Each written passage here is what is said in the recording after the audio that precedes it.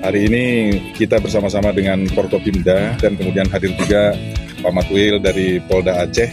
Kita melepas distribusi logistik untuk Pilkada tahun 2024 ini. Kita berharap bahwa dengan dilepas pagi hari, mungkin nanti ke tempat-tempat yang jauh bisa sampai dengan cepat, sehingga tidak perlu larut malam. Ini yang kita laksanakan. Dan kemudian ada beberapa tempat memang yang lokasinya jauh dari ibu kota kecamatan, seperti di Kecamatan Linge, Rusip, kemudian Kecamatan Ketol, dan mudah-mudahan ini atas pengawalan dari TNI Polri berjalan lancar, dan kita juga sudah menyiagakan BPBD untuk melihat kemungkinan potensi-potensi daerah rawan longsor dan lain-lain, dan kita kawal sampai nanti logistik ini tiba di tujuan. Demikian, terima kasih.